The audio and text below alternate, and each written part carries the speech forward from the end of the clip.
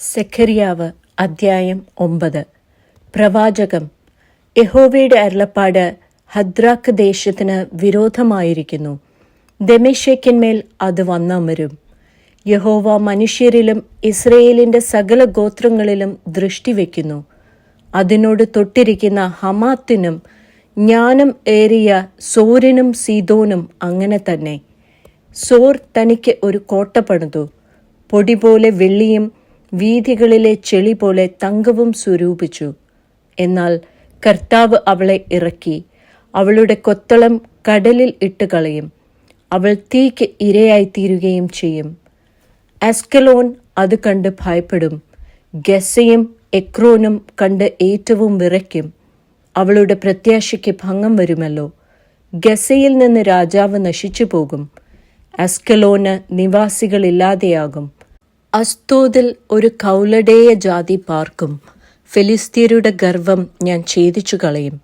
ഞാൻ അവൻ്റെ രക്തം അവൻ്റെ വായിൽ നിന്നും അവൻ്റെ വെറുപ്പുകൾ അവൻ്റെ പല്ലിനിടയിൽ നിന്നും നീക്കിക്കളയും. എന്നാൽ അവനും നമ്മുടെ ദൈവത്തിന് ഒരു ശേഷിപ്പായിത്തീരും. അവൻ യഹൂദയിൽ ഒരു മേധാവിയെപ്പോലെയും എക്രോൻ ഒരു യെബൂസ്യനെ പോലെയും ആകും. ആരും പോക്കുവരുത്ത് ചെയ്യാതിരിക്കേണ്ടതിന് ഞാൻ ഒരു പട്ടാളമായി എൻ്റെ ആലയത്തിന് ചുറ്റും പാളയമിറങ്ങും.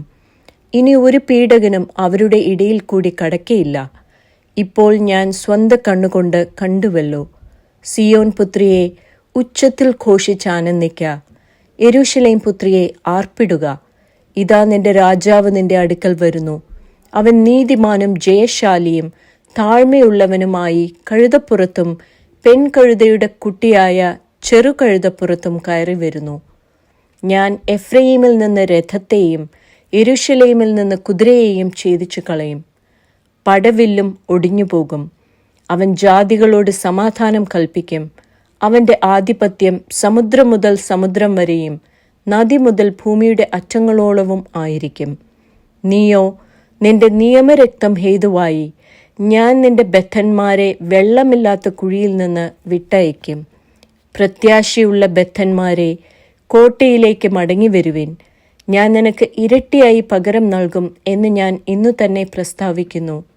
ഞാൻ എനിക്ക് യഹൂദയെ വില്ലായി കുലച്ചും എഫ്രയീമിനെ നിറച്ചുമിരിക്കുന്നു. സിയോനെ, ഞാൻ നിന്റെ പുത്രന്മാരെ യവനദേശമേ നിന്റെ പുത്രന്മാരുടെ നേരെ ഉണർത്തി നിന്നെ ഒരു വീരന്റെ വാൾ പോലെയാക്കും. യഹോവ അവർക്കും മീതെ പ്രത്യക്ഷനാകും.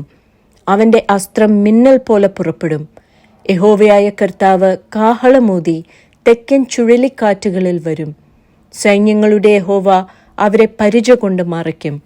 അവർ മാംസം തിന്ന് കവിണക്കല്ല് ചവിട്ടിക്കളയുകയും രക്തം കുടിച്ച് വീഞ്ഞുകൊണ്ടെന്ന പോലെ ഘോഷിക്കുകയും യാഗകലശങ്ങൾ പോലെയും യാഗപീഠത്തിൻ്റെ കോണുകൾ പോലെയും നിറഞ്ഞിരിക്കുകയും ചെയ്യും. അന്നാളിൽ അവരുടെ ദൈവമായ യഹോവ അവരെ തൻ്റെ ജനമായ ആട്ടിൻകൂട്ടത്തെ പോലെ രക്ഷിക്കും. അവർ അവൻ്റെ ദേശത്ത് ഒരു കിരീടത്തിൻ്റെ രത്നം പോലെ പൊങ്ങി ശോഭിക്കും. അതിന് എത്ര സ്ത്രീത്വവും അതിന് എത്ര സൗന്ദര്യവും ഉണ്ട്. ധാന്യം യുവാക്കളെയും വീഞ്ഞ് യുവതികളെയും പുഷ്ടീകരിക്കുന്നു.